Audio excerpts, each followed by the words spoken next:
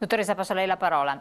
Stava No, dicendo... dicevo che veramente lo scopo di queste medicine integrate doveva essere uno scopo nobile e giusto e inteso al risparmio, non inteso allo spreco di denaro, perché dovevano far sì che i pazienti dimessi dall'ospedale, seguiti dagli specialisti e dai medici di base, non dovessero rientrare ad ogni piccolo sintomo dentro l'ospedale, quindi intasare i pronto soccorsi, essere ricoverati, fare esami da ricoverati, spese in più, ma con tutte risparmio di spese enormi sostenute all'ospedale. E quindi, voglio dire, adesso che si dica che la medicina integrata ha portato solamente un esborso di denaro importante, senza risultati, e oddio, qualora si fosse diffusa per tutta Italia sarebbe stata una catastrofe, mi riesce anche un po' difficile da capire, perché vuol dire che veramente è stata male intesa, male organizzata, male gestita. Il management di questa cosa qua non c'è stato, perché i concetti base erano giusti. Nella teoria. Invece pare che non abbia dato risultati e abbia solo preso denaro. A livello nazionale la Corte dei Conti ha dato questo parere. Quindi la questione da porre era di considerarla come è stata considerata in Veneto, e noi abbiamo, cioè, parlo del sindacato, non di chi l'ha proposta della politica, eccetera. Cioè noi abbiamo ritenuto che fosse una strada eccezionale da percorrere per le risposte che dava. Peraltro oggi ancora di più in un contesto in cui le ULSS si sono fuse e un po' si sono allontanate dal territorio. Quindi è una risposta eccezionale. Il problema della spesa, uno potrebbe anche dire, vabbè, cosa vuol dire? Decidiamo cosa vogliamo investire nel sistema sanitario, perché ci si scandalizza per quanto riguarda l'esternalizzazione al sistema cooperativo e non ci si scandalizza nel sistema della medicina generale che è diffusa e che comanda il sistema sanitario in Italia,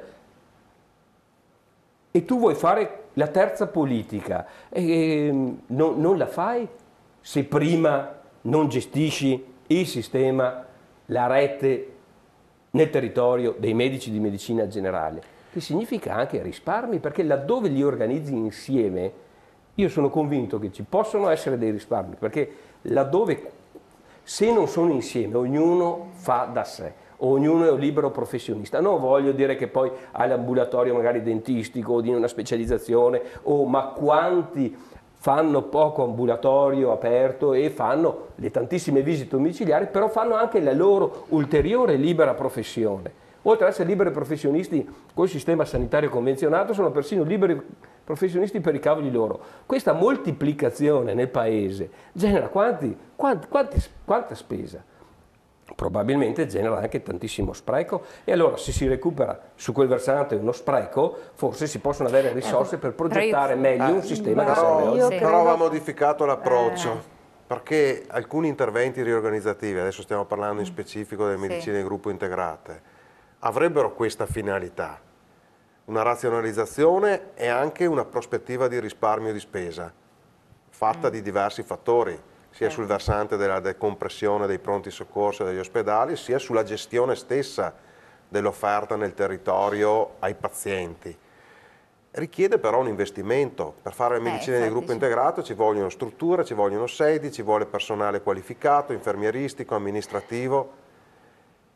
Però è proprio qua, cioè se noi diciamo, come la stessa Regione dice anche a premessa del nuovo piano sociosanitario regionale, che la filiera della salute e dell'assistenza va considerata come un investimento per la società, per la comunità, anche perché più prevenzione si fa, più intervento territoriale si fa e minori sono i costi poi dell'impatto delle patologie in prospettiva. Però se è vero questo assunto che è un investimento e che non può essere concepito come una riduzione dei costi, come una pura riduzione dei costi, allora bisogna essere coerenti, bisogna investire delle risorse. Ovviamente questo riguarda il livello nazionale, ne abbiamo già parlato, ma riguarda anche il livello regionale. È una delle critiche che stiamo facendo come CGIL al nuovo piano sociosanitario regionale. Non c'è una risorsa, un euro destinato al sostegno di tutti i provvedimenti, di tutti gli interventi che sono previsti dal nuovo piano sociosanitario regionale dal bilancio regionale. è ad invarianza di spesa zero, come si Quindi dice. sarà ad invarianza di Noi spesa. pensiamo che alcune cose, anche specifiche, anche mirate, debbano essere sostenute anche con risorse proprie della Regione. Arriviamo a dire che se serve per determinate funzioni, per determinati interventi, si può anche utilizzare lo strumento dell'addizionale IRPEF, che viene spesa come un totem ideologico che non si può toccare, ma per dare risposte al fabbisogno sociosanitario che purtroppo sta regredendo anche nella nostra regione, che rimane e continua a essere un livello di eccellenza nel panorama nazionale. Però siamo in presenza di una regressione e di un grido di dolore da parte di tutte le associazioni, dei pazienti, degli utenti, delle professioni, di questa carenza diffusa e che riguarda un po' tutti di personale, di organico, ma che poi si traduce in riduzione delle strutture e riduzione dei servizi nel territorio. Ecco, penso che si possa anche ragionare su magari introdurre dei canali di reperimento delle risorse che magari possono non piacere, ma se vanno a prendere dalla fascia più ricca della popolazione, parliamo delle fasce di reddito medio-alto, e fossero finalizzate a dare delle risposte o a garantire quei percorsi iniziali che richiedono investimenti prima di produrre risparmi, potrebbero essere insomma una cosa positiva, e efficace e anche equa. Certo. Un altro problema, dopo il tempo di disposizione naturalmente è quello che è quello della qualità della preparazione, no, dei professionisti, perché, ma lo dite anche voi nei vostri ambiti, quelli più giovani, più capaci, eccetera, vanno via, hanno altre opportunità. Ci sono delle strutture anche sanitarie molto allettanti, molto attrezzate, con delle sale operatorie all'avanguardia, anche nella regione vicino con cui confiniamo, nella Lombardia, ci sono dei miglioramenti incredibili, oppure all'estero, per carità anche all'estero.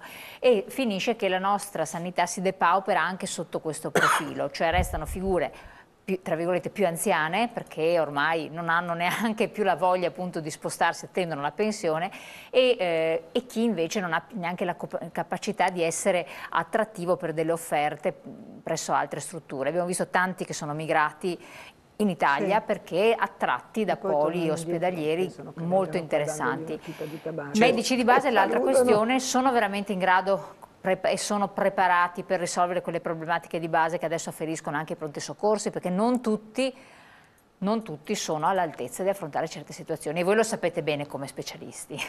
Allora, intanto, nonostante tutti quelli che sono stati, qualsiasi tipo di investimento che c'è stato in tutti questi anni, i pronti soccorsi non sono stati, come dire, alleggeriti. Ancora adesso il 90-95% delle afferenze, il pronto soccorso è la struttura, per farci capire anche dai cittadini, che deve decidere se tu sei in pericolo di vita o meno. Tutto il resto non dovrebbe essere da pronto soccorso, è l'urgenza, sei in pericolo di vita. Invece il 90-95% delle afferenze che arrivano al pronto soccorso sono i cosiddetti codici bianchi, cioè i codici ambulatoriali, i codici, quelli che dovrebbero essere gestiti sul territorio, al di fuori del pronto soccorso. È improprio arrivare al pronto soccorso. Perché arrivano al pronto soccorso? Perché evidentemente il cittadino non ha una risposta adeguata, nonostante tutto quello che lo Stato spende, e per cui ancora l'ospedale, il pronto soccorso. E quante persone devo assumere al pronto soccorso per rendere questa come dire... Poi c'è anche un altro problema sulla sanità. Sulla sanità è molto facile misurare l'efficienza. L'efficienza cosa vuol dire? Io faccio ogni giorno, mettiamo 1000 eco-color Doppler. Caspita, che bravo che è il professor Avruscio, 1000 eco-color Doppler al giorno. Ma se 999 di quegli eco-color Doppler sono inutili, inefficaci, perché non servono per quel paziente, io che cosa ho fatto? Ho fatto spendere di più alla sanità, ho coperto posti magari di gente che avrebbe invece avuto necessità di farlo, ma queste cose qui nessuno le misura, la Regione le misura. Veniamo misurati sull'efficacia? No, sui numeri, sull'efficienza. tot prestazioni, ogni 20 minuti una visita, ogni quarto d'ora, ogni eccetera. Ma insomma io davanti ho una... poi dopo c'è la burocrazia, anche a livello informatico, perché oggi come oggi io devo scrivere su... Il paziente ce l'ho alle spalle, perché logisticamente l'ambulatorio è messo così, il paziente non lo guardo neanche negli occhi perché ce l'ho alle spalle, ma devo chiedergli, ed è una cosa assurda, questo è uno svilimento della professione medica. Poi dopo, se io consiglio al paziente magari di fare una visita cardiologica, devo scrivere io, cioè devo sostituirmi al medico di medicina generale perché c'è una norma regionale che lo impone, che io ti consiglio, poi sarà il medico generale a dire sì, accetto questo consiglio, perché il paziente che viene da me, mandato dal medico di medicina generale, è sempre in capo al medico di medicina generale. Deve ritornarci. Però questo lavoro dobbiamo farlo noi specialisti, perché c'è una norma che dice che noi dobbiamo fare anche le impegnative, per cui quante persone io posso vedere, cioè devo dedicare del tempo a queste persone. Per l'azienda ogni 20 minuti una persona, ogni quarto d'ora, ma ci rendiamo conto? E allora che qualità di assistenza noi cosa vogliamo costruire? Quale progetto di salute? Chiaro. Passo a lei, siamo in chiusura proprio, dottoressa. E questa è una delle ragioni per cui i giovani, i medici e i vecchi medici sono disamorati, perché all'interno di una struttura ospedaliera non contano niente, sono solamente in mano agli amministrativi che ti dicono tu devi firmare questo, fare questo, il tempo deve essere questo, quanti ne devi fare al giorno te lo dico io, che gusto c'è a fare il medico in questo modo? Non c'è gusto, non c'è il rapporto col paziente, non ci si può non perdere tempo, ma dedicare il tempo giusto perché un paziente va sentito. Che la politica potesse fare?